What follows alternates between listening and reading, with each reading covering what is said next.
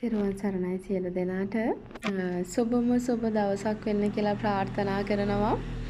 මම ඊයේ පොඩි වීඩියෝ එකක් දැම්මා මේ අපල දෙන සෙනසුරු ගැන.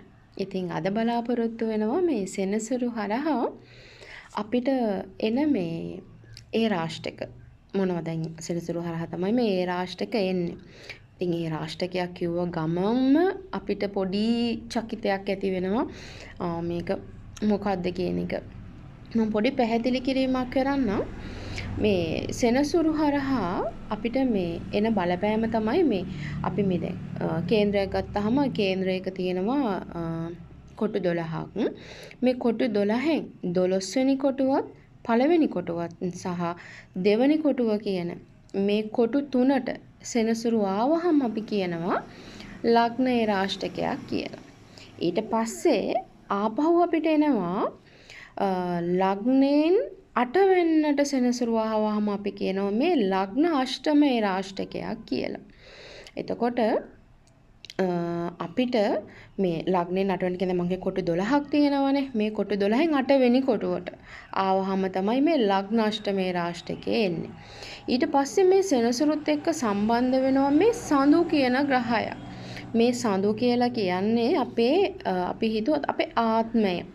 එතකොට මේ සඳු ළඟට සෙනසුරු ආවහම අපි කියනවා ඒකට අපි ඒකට නමක් දීලා තියෙනවා ජන්මයේ රාෂ්ටකය කියලා. එතකොට මේ දැන් අපි ලග්නයේ රාෂ්ටකය ගත්තා වගේම මේ ජන්මයේ රාෂ්ටකේ සඳුගෙන් 12 වෙන්නට සඳු මතට සහ සඳුගෙන් දෙවැන්නට සෙනසුරු ගියාම තමයි මේ ජන්මයේ රාෂ්ටකයක් ඇති වෙන්නේ. එතකොට ඊට පස්සේ තව අපිට එනවා මේ චන්ද්‍රාෂ්ටමයේ රාෂ්ටකය කියලා. ඒ කියන්නේ සඳුගෙන් 8 වෙනට අපි සඳු යම් භාවයක ඉන්නවද ඒ භාවයේ ඉඳලා 8 වෙනි භාවයට සෙනසුරු ගියාම අපි කියනවා චන්ද්‍රාෂ්ටම ඒ රාෂ්ටකයක් කියලා. ඉතින් ඔය අපිට දැන් එක එක නම් වලින් මේ රාෂ්ටක කියලා අපිට මේ අපල කියලා අපිට හඳුන්වලා දීලා තියෙනවා. ඇත්තටම මොනව හඳුන්වලා දුන්නත් අපිට පිනක් කරගන්න කාලයක් තමයි ඒ උදා කරලා දීලා තියෙන්නේ. මං හිතන විදිහට අපිට ඒ රාෂ්ටකයක් ආවා කියලා දැනගත්ත ගමන් අපි මොනවා හරිවත් පිළිවෙතක් එක්කෝ අපි බෝධි පූජා තියෙනවා නැත්නම් අපි මොනවා හරි ජීවිත පූජා තියෙනවා අදිෂ්ඨාන පූජා තියෙනවා අපි ආලෝක පූජාවල් තියෙනවා.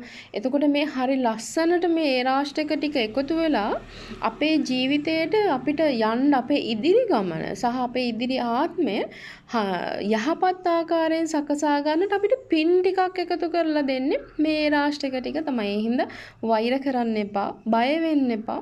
ඒ කාල සීමාවල් වලදී හරියාකාරව තමන් වත් පිළිවෙත් ටික කරලා තමන්ගේ කුසලයේ රැස් කරගන්න. බොහෝම පින් ඔයාලට තමන්ගේ කුසලයේ රැස් කරගන්නට ශක්තිය ලැබේවා කියලා ප්‍රාර්ථනා කරනවා.